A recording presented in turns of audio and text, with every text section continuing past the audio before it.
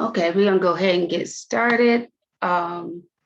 This is your, let me go ahead and hit the slideshow from the beginning. Okay, these are your review questions for our final exam. Chapter 1, and this is question number 1, distinguish between the meaning of inspiration and canon. So inspiration is a divine influence directly, immediately exerted upon the mind and soul. Canonization is a community collects sacred writings and refers to the books that are the rule or the norm of the faith and practice of believers. Canonized books are what are defines as faith and belief, is what we define as faith and belief. Why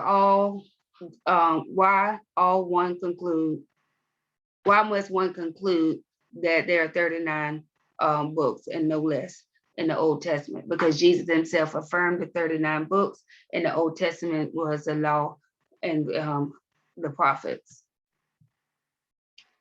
Third question, contrast the way in which the Old Testament and the New Testament view Christ. The New Testament focuses on more on the life and teachings of Jesus Christ, the church. The Old Testament explains the history of the creation of the world, the exodus of Israelites, and the 10 commandments given by Moses. And Yahweh will send a messenger to bring salvation on the earth. So it was always a hope for Christ. And the answer to that is actually in your book. It expands on it more on the bottom of page 24. The Book of the Law, chapter 3, question 5.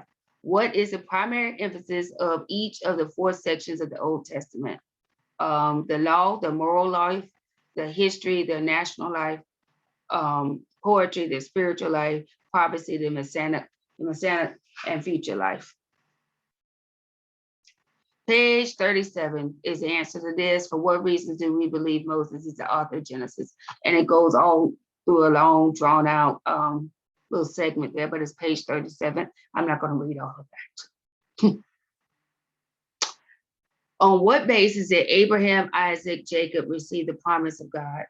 I will make you a great nation. I will bless you and make your name great, and you shall be a blessing. I will bless those who bless you, and I will curse those who curses you, and in all your families of the earth shall be blessed.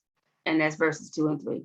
This promise had multiple components, including promises of multiple descendants, fame, divine protection, that Abraham, through his descendants, will be a blessing to all people. Abraham's son, Isaac, and grandson Jacob were heirs with him of the same promise. And that's in Hebrews 11. And that's also on page 46 of your book. Define, this is in chapter 10, define the term theocracy and monarchy and indicate a difference between them. And this basic definition is a form of government. Monarchy is a form of government where the ultimate authority is enshrined within one person, the monarch. Male monarchs are often kings. Theocracy is a system of government which priests rule in the name of God or a God. So those are the basic definitions of that. And you can expound on that more based on the reading in the book. Why did Jeroboam lead a revolt against Rehoboam? I wrote this down, y'all, and I'm still tearing them names up, so please pray for me. But basically, and this is on page 129, it says, at Solomon's death, Rehoboam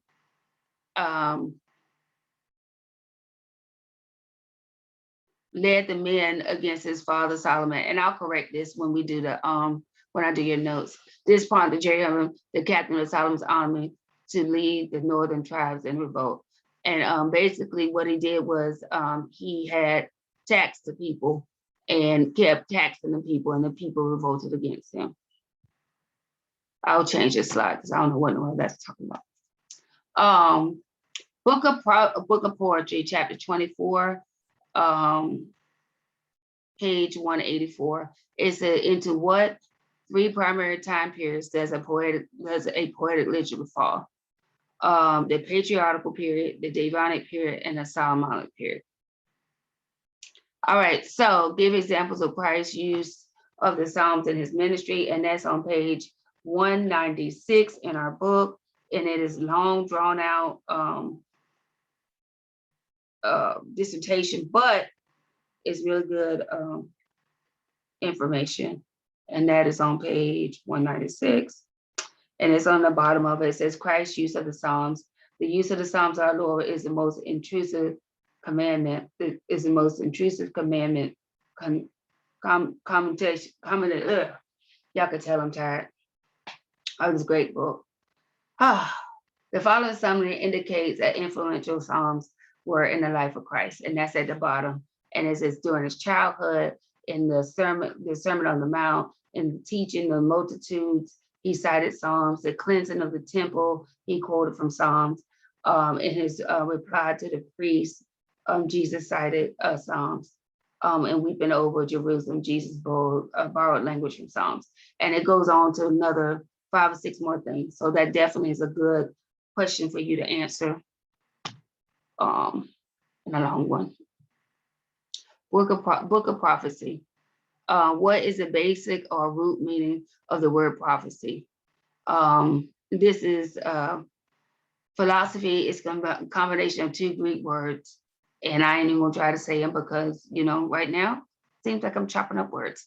Meaning lover of wisdom. In ancient times, a lover of wisdom could be related to any area where intelligence was expressed. And Ecclesiastes, that's going to be answered on page 215 in your book. What are the 2 basic meanings of the word prophecy, and how do these meanings relate to our broad and narrow subject matter prophecy? This is a piece. What is this piece? Sorry, y'all. I need to fix that one. See, I'm gonna have to answer that one. I think I skipped that one by accident. Yeah, that's not the same one. So y'all on your own with that one, answering that one. But that concludes our review. Hopefully you all will be able to get with me as far as you have any questions, any concerns. And that's it. Thank you for joining me. Stop screen share.